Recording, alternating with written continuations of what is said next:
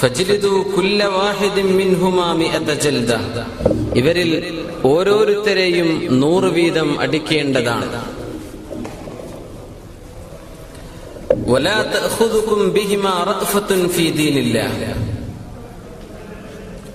ഇവർ രണ്ടുപേരോടും അള്ളാഹുവിന്റെ ഈ നിയമം നടപ്പാക്കുന്ന വിഷയത്തിൽ ലവലേശം നിങ്ങൾക്ക് ദയാവായ്പ് തോന്നേണ്ടതില്ല.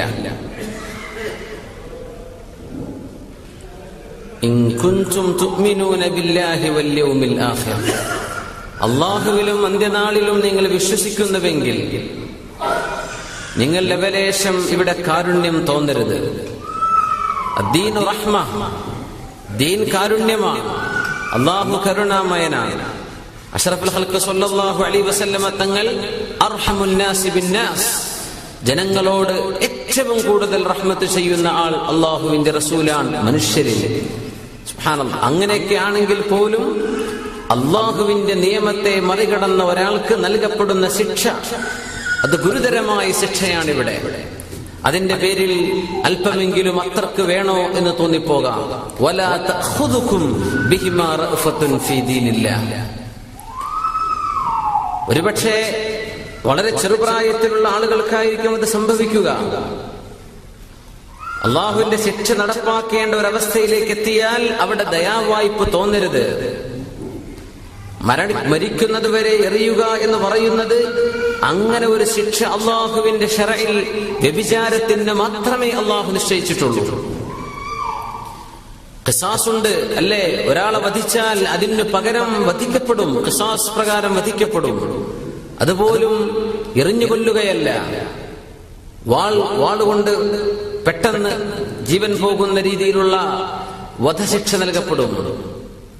പക്ഷേ വ്യഭിചാരത്തിന് മാത്രമാണ് അല്ലാഹു എറിഞ്ഞു കൊല്ലുക എന്ന് പറഞ്ഞ നിയമം വെച്ചിട്ടുള്ളത്. ഇത് അല്ലാഹുവിന്റെ ഹുക്മാണ്, ഇത് അല്ലാഹുവിന്റെ ശറഅൻ. അത് നടപ്പാക്കേണ്ടി വരുമ്പോ ഒരുപക്ഷേ അത് നടപ്പാക്കാൻ സാധിക്കാതെ മനസ്സറച്ചു പോകുന്ന രംഗം വന്നേക്കാം. അതിനാണ് അല്ലാഹു ആദ്യമേ പറയുന്നത് വലാ തഅഖുദുകും ബിഹിമാ റഅഫത്തുൻ ഫീ ദീനില്ലാഹ്. ഇത് അല്ലാഹുവിന്റെ ദീനാണ്, ഇത് അല്ലാഹുവിന്റെ നിയമമാണ്. ഇത് നടപ്പാക്കുമ്പോ നിങ്ങൾക്ക് ദയ തോന്നേണ്ടതില്ല, കരുണ വേണം.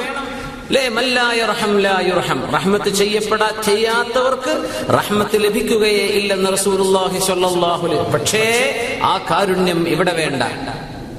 കരുണ ചെയ്യണം. അഖ്റഅ ഇബ്നു ഹാബിസ് റളിയല്ലാഹു അൻഹു അല്ലേ അല്ലാഹുവിന്റെ റസൂൽ ഹസൻ ഹുസൈൻ തങ്ങളെ ചുംബിക്കുന്നത് കണ്ടപ്പോൾ നബിയെ ഇൻദി അശറത്തും മിനൽ ഔലാദ്, 10 മക്കൾ എനിക്കുണ്ട് നബിയെ. വമാ ഖബ്ബൽതു മിൻഹും അഹദ, ഞാൻ ഇതുവരെ ഒരൊറ്റ മകനെ പോലും കുഞ്ഞിനെ പോലും ഞാൻ ചുംബിച്ചിട്ടില്ല നബിയെ. അല്ലാഹുവിന്റെ റസൂൽ തങ്ങൾ എന്താ പറഞ്ഞത്? അവ അംലികു ഇന്നസഅല്ലാഹു മിൻ ഖൽബിക റഹ്മ, നിന്റെ ഖൽബിൽ നിന്ന് അല്ലാഹു റഹ്മത്ത് എടുത്തു കൊണ്ടുപോയാൽ എനിക്കെന്ത് ചെയ്യാൻ പറ്റും എന്ന് പറഞ്ഞ അഷ്റഫുൽ ഖൽഖിനോടാണ് അല്ലാഹുവിന്റെ ആജ്ഞ. വലാ തഅഖുദുകും ബിഹിമാ റഅഫ ഫീ ദീനില്ലാഹ്. ഇത് അല്ലാഹുവിന്റെ നിയമമാണ്.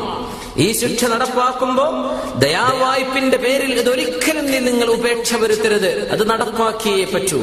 ഇൻ കുൻതും തുഅ്മിനൂന ബില്ലാഹി വൽ യൗമിൽ ആഖിർ.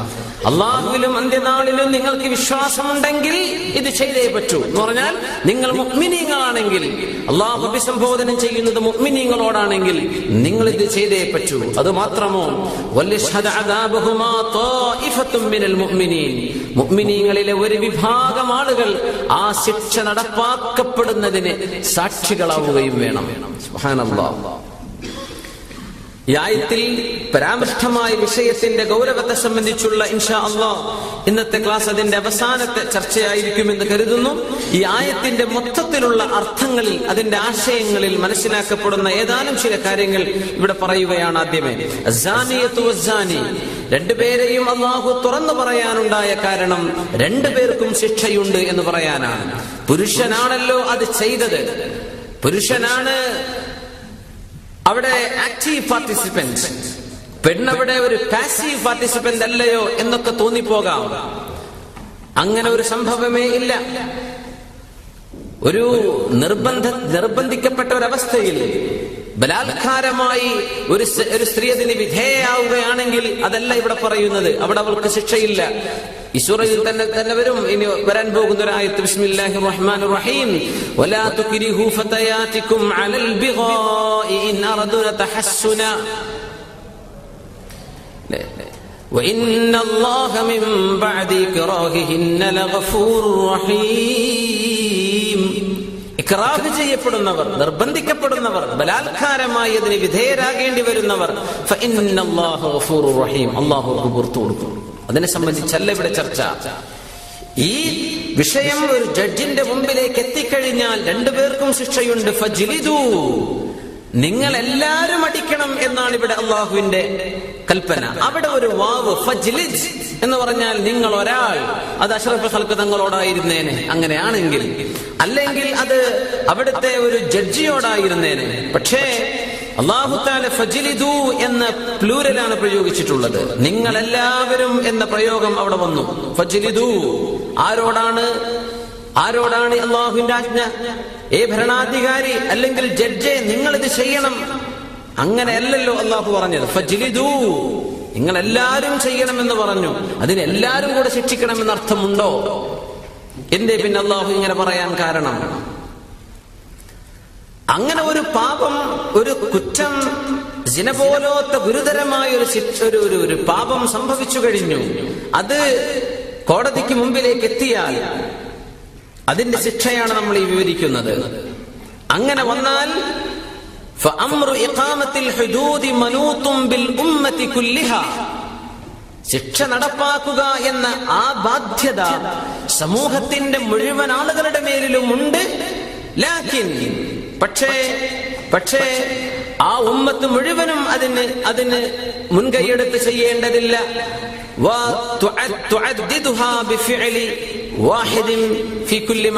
അവിടെ ഏതെങ്കിലും ഒരാൾ, ഈ മുഴുവൻ ആളുകൾക്കും പകരക്കാരനായ ഒരാൾ, അത് അവിടുത്തെ ഭരണാധികാരിയാകാം, അവിടുത്തെ ജഡ്ജാകാം, ഖാദിയാകാം, അദ്ദേഹമാണത് ചെയ്യേണ്ടത്. ജനങ്ങളല്ല നിയമം കയ്യിലെടുക്കേണ്ടത്. അത് ശരീഅത്തിന്റെ വളരെ അടിസ്ഥാനപരമായ നിയമമാണ്.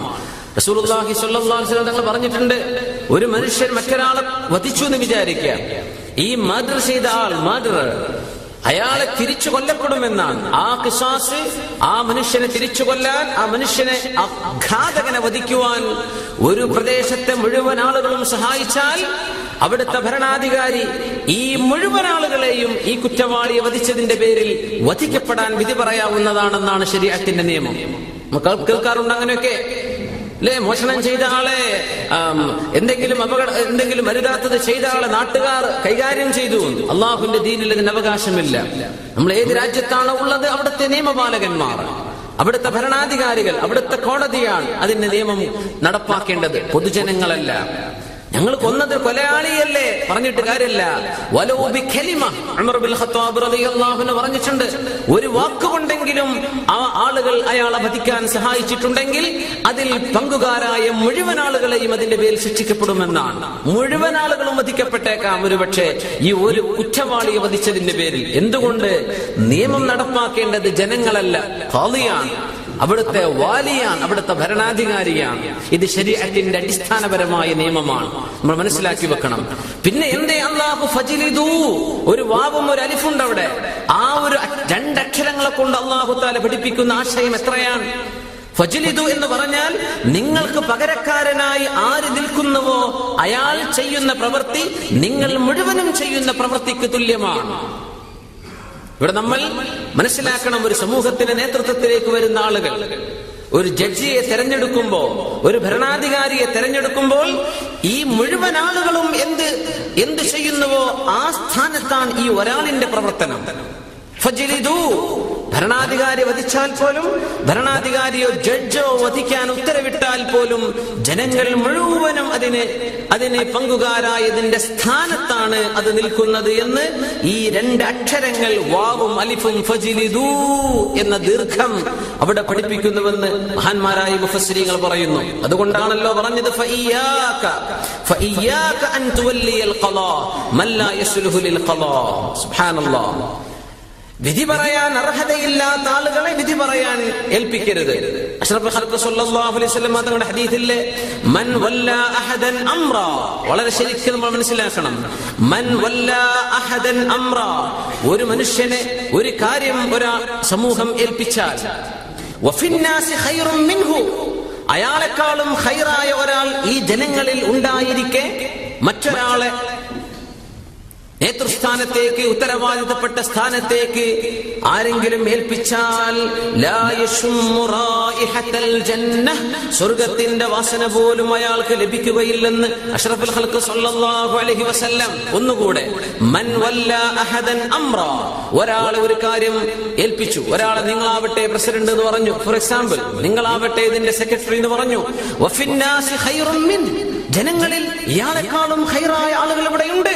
അങ്ങനെ ഉണ്ടായിരിക്കെ ഖൈറായ ആളുകളെ തെരഞ്ഞെടുക്കാതെ, അർഹരായ ആളുകളെ തെരഞ്ഞെടുക്കാതെ അനർഹരെ ഉത്തരവാദിത്തം ഏൽപ്പിച്ചു കഴിഞ്ഞാൽ ആ തെരഞ്ഞെടുക്കുന്ന മുഴുവൻ ആളുകളും കുറ്റക്കാരാണ്. ലാ യശുമ്മു റായിഹത്തൽ ജന്നഹ്, സ്വർഗ്ഗത്തിന്റെ വാസന അവർക്ക് കിട്ടുകയില്ലെന്ന് നബിയുനാ റസൂലുള്ളാഹി സ്വല്ലല്ലാഹു. എന്തുകൊണ്ട്? ഈ മനുഷ്യൻ ചെയ്യുന്ന അബദ്ധങ്ങൾക്ക് ജനങ്ങൾ ഉത്തരവാദികളാണ്.